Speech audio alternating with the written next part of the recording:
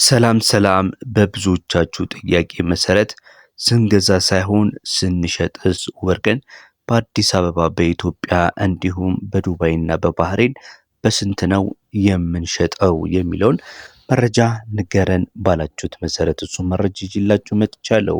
በተጨማሪም ዛሬ ጥቅምት 12 ዋና ዋና የወርቅ ካራቶችስ በስንት በብሔራዊ ባንክ እንዲሁም በአካባቢው ባሉ ገበያዎች በስንት እየተሸጡ እንደሚገኙ የምነግራችሁ ይሆናል።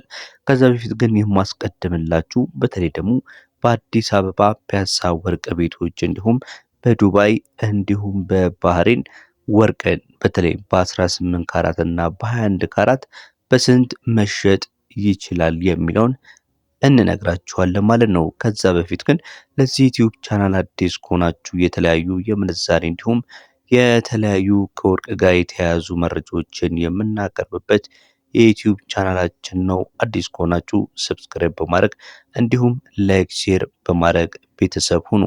አሁን ቀጥታ ወደ መረጃው እንሄዳለን።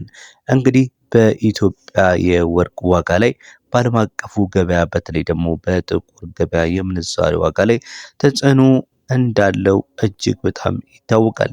የፒያሳ ሻጮች ከብሔራዊ ባንክ ዋጋ በላይ ሊሸጡ ይችላሉ ማለት ነው።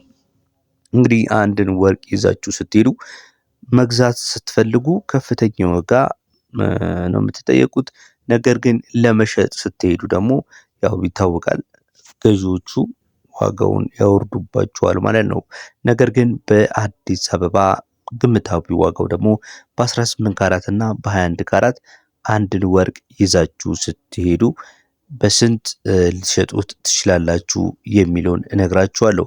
ለምሳሌ 18 ካራቱን ስንመለከት ይህ ካራት እንደሚታወቀው 75%ቱ ንጹህ ወርቅ ነውና ለተለያዩ ጌጣጌጦች ጥሩ የሆነ ጥንካሬ ያለው ጌጣጌጥ ነው።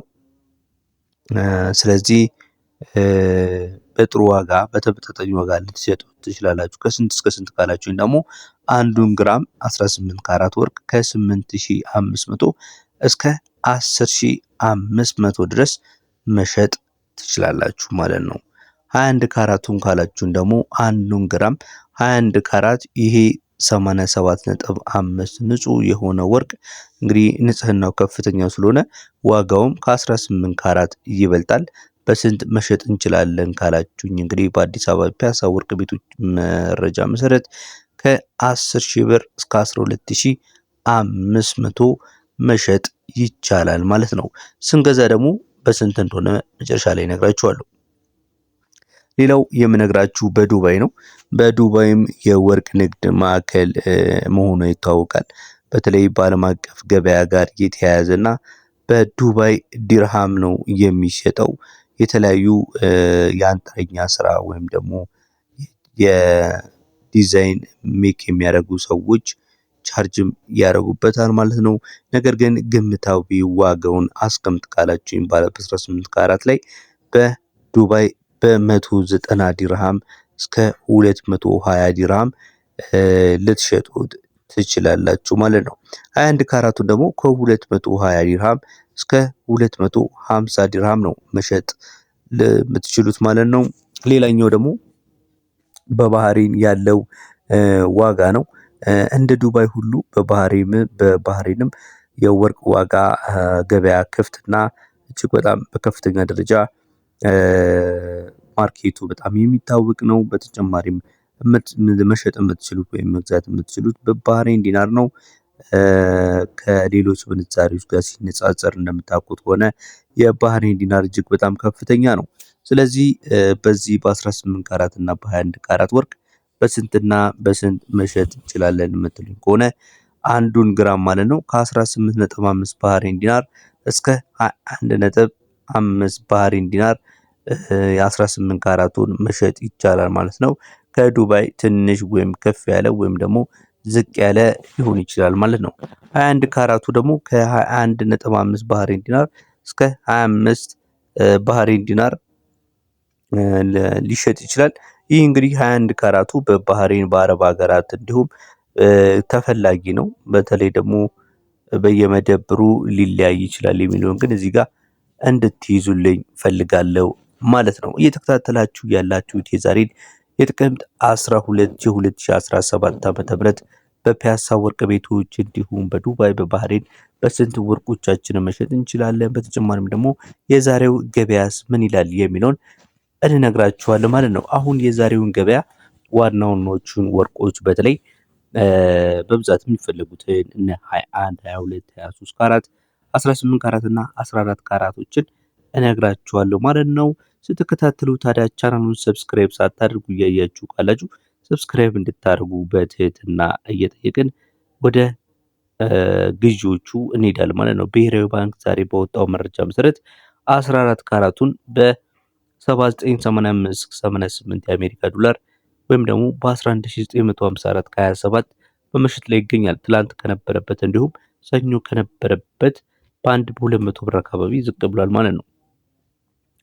18 ካራቱን ስንመለከት ደግሞ በአሜሪካ ዶላር 102 ከ68 ሲሸጥ በኢትዮጵያ ብር ደግሞ በ15369 ከ78 እየተሸጠ ነው የሚገኘው። ይሄ ባለ 18 ካራቱ ወርቅ ማለት ነው። የነገርኳችሁ ያለው የብሔራዊ ባንክን ምንም አይነት ዲዛይን ሳይጨምርበት የተሸጠ ያለበትን ዋጋ ነው ማለት ነው። እንግዲህ በዚህ መንገድ ስንገዛ ጭማሪ ይኖርብናል። ነገር ግን ወርቁ እኛ ጋር ሆኖ ለወርቅ ሻጮች በሚሸጥበት ደግሞ ቅድም በነገርኳችሁ ይቀንሳል ማለት ነው። ታስታውሱ ከሆነ በምንሸጥበት ሰዓት ላይ ከ8000 እስከ 10000 ነው ያልኳችሁ። የ18 ካራቱን ስንገዛ ግን 15369 ነው። ከፍተኛ የሆነ ልዩነት ነው ማለት ነው። በተለይ ደግሞ ወርቅ ሻጮች ምን ያህል ትርፍ ሊይዙ እንደሚችሉ ይሄ ማሳያ ይመስለኛል። 21 ካራቱን ስንመለከት እንዲሁ በአንዱ ግራም 21 ካራት ወርቅ በአሜሪካ ዶላር 119 ከ78 እየተሸጠ ሲገኝ በኢትዮጵያ ብር ደግሞ በ17931 ከ42 ነው በምሽጥ ላይ የሚገኘው።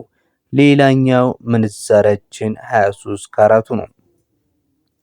23 ካራቱ 95.73 ሲሆነው የወርቅ አይነት ሲሆን በ131.19 የአሜሪካ ዶላር ሲሸጥ በኢትዮጵያ ብር ደግሞ 19639 ከ17 እየተሸጠ ይገኛል። ሌላኛው ካራት 24 ካራት ነው። 24 ካራት 99.96 ወይም ደግሞ 100% ወርቅ የሚባለው 1 ግራም ወርቅ ማለት ነው። በአሜሪካ ዶላር 136 ከ90 ሲሸጥ በኢትዮጵያ ብር ደግሞ 20493 ከ04 ተሽጧል ማለት ነው። እንግዲህ አናሊቲክሱን በምናይበት ሰዓት ላይ ሰኞ 20600 ምናምን አካባቢ ነበር። አሁን 24493 ነው። ነገር ግን ቅዳሜ ከነበረበት ከፍ ቢልም የሰኞውን ደግሞ ላይ ደርሶ ትንሽ ወረድ ያለ ነገር ይመስላል። እንግዲህ ይህንን ይመስላል ማለት ነው የዛሬው መረጃ የጥቅምት 12 2018 ዓ.ም የወርቅ ገበያዎች ይህን ይመስላሉ። እንግዲህ የተለያዩ ከወርቅ ጋር ተያይዞ ወርቅን እንዴት ነው መለየት የምንችለው? የውጭ ሀገርና የሀገር ውስጥን ወርቅ መለየት እንዴት እንችላለን? 18 ካራቱንና 21 ካራቱን መለየት በምን አይነት መንገድ እንችላለን? የሚሉ የተለያዩ ምንዛሬዎችን እንዲሁ ወደፊት እምሰራላችሁናል። ለዛሬው ግን ያስኩላችሁ ይህንን ነው። ስለነበረን ጊዜ ያመሰገንኩኝ። መልካም ጊዜ ተመኘሁላችሁ። ቻው